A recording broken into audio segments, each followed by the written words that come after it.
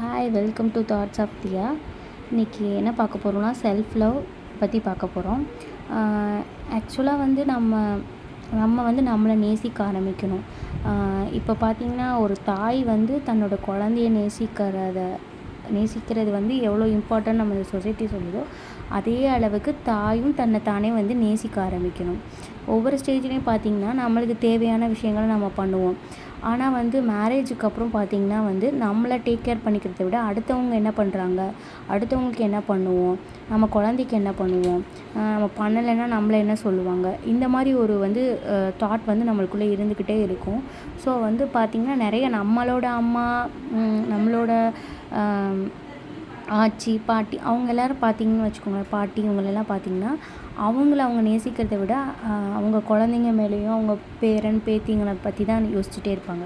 So வந்து இப்போ வந்து நம்மளை நம்ம வந்து நேசிக்க ஆரம்பிக்கணும்னா எவ்வளோக்கு எவ்வளோ நம்ம மற்றவங்கள நேசிக்கிறோமோ அதை விட 2 மடங்கு அதிகமாக நம்மளை நேசிக்க ஆரம்பிக்கணும், நம்மளை பார்த்துக்க ஆரம்பிக்கணும்.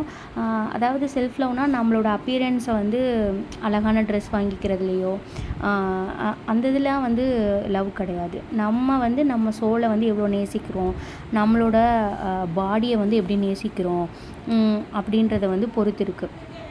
ஸோ ஒவ்வொரு தடவையும் நம்ம வந்து மற்றவங்கள எவ்வளோக்கு எவ்வளோ நேசிக்கிறோமோ அதை விட அதிகமாக நம்மளை நேசிக்க ஆரம்பிக்கணும். நம்மளை எவ்வளோக்கு எவ்வளோ நேசிக்க ஆரம்பிக்கிறோமோ அவ்வளோக்கு அவ்வளோ வந்து நம்மளோட மைண்டு வந்து ரொம்ப ஹெல்த்தியாக இருக்கும். ஸோ அது வந்து ரொம்ப ஹெல்த்தியாக இருக்கும்னு சொல்லுவாங்க. ஸோ வந்து பார்த்திங்கன்னா, நிறைய வந்து செல்ஃப் லவ் வந்து நமக்கு எவ்வளோக்கு எவ்வளோ நம்மளுக்குள்ளே வந்து ரிஃப்ளெக்ட் பண்ணி நம்மளை எப்படி கேர் பண்ணி நம்மளை எவ்வளோக்கு எவ்வளோ நேசிக்க ஆரம்பித்து பார்த்துக்க ஆரம்பிக்கிறோமோ அவ்வளோக்கு எவ்வளோ அன்பு வந்து வெளியிலேருந்தும் நம்மளுக்கு கிடைக்கும், நம்மளுக்கு வெளியிலேருந்து ரெஸ்பெக்ட்டும் கிடைக்கும். நம்ம வெளியில் இருக்கிறத தேடுறதை விட நம்மளுக்கு உள்ளே வந்து நம்மளோட சோல் என்ன சொல்லுதுன்றதை வந்து நம்ம வந்து கவனிக்க ஆரம்பிக்கணும். So self love important.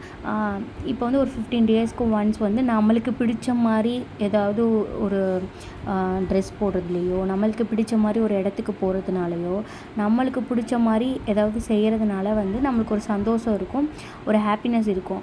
அந்த ஹாப்பினஸ் வந்து இன்னும் ஒரு 10 மடங்கு வேலைகள் செய்ய தூண்டும். டெய்லியுமே நம்மளை பற்றி வந்து பேசிக்க ஆரம்பிக்கணும். அதாவது நம்மளை பற்றி நம்மளுக்குன்னு ஒரு 5 மினிட்ஸ் எடுத்துக்கலாம், அது வந்து தப்பே இல்லை. ஸோ நம்மளுக்கான அந்த 5 மினிட்ஸ் எடுத்துக்கும்போது எனக்கு வந்து நான் வந்து ஹாப்பியாக இருக்கேன், நான் ரொம்ப சந்தோஷமாக இருக்கேன், எனக்கு வந்து என்னோடய பாடி பிடிச்சிருக்கு, என்னோடய ட்ரெஸ் பிடிச்சிருக்கு, என்னோடய சோல் வந்து ரொம்ப பாசிட்டிவாக நிறைஞ்சிருக்கு, நான் ரொம்ப எல்லார்கிட்டேயும் வந்து ஹம்பிளாக நடந்துக்குவேன், நான் ரொம்ப கான்ஃபிடெண்ட்டாக இருப்பேன். இந்த மாதிரி வந்து இங்கிலீஷில் தான் சொல்லணுன்னு அவசியம் கிடையாது. தமிழ்லேயே நம்மளே வந்து பிடிச்சிருக்கு, நம்மளுக்கு இதெல்லாம் பிடிச்சிருக்கு, எனக்கு இதெல்லாம் நடந்தது ரொம்ப வந்து நன்றி, இந்த மாதிரி டெய்லி நம்மளுக்குள்ளேயே ஒரு 5 மினிட்ஸ் எடுத்துக்கிட்டு சொல்லிக்க ஆரம்பிக்கும்போது நம்ம வந்து ஃபுல்லாக வந்து பாசிட்டிவ்லேயே வந்து நிறைஞ்சிருப்போம். ஸோ வேறொரு டாப்பிக்கில் திருப்பி பார்க்கலாம்.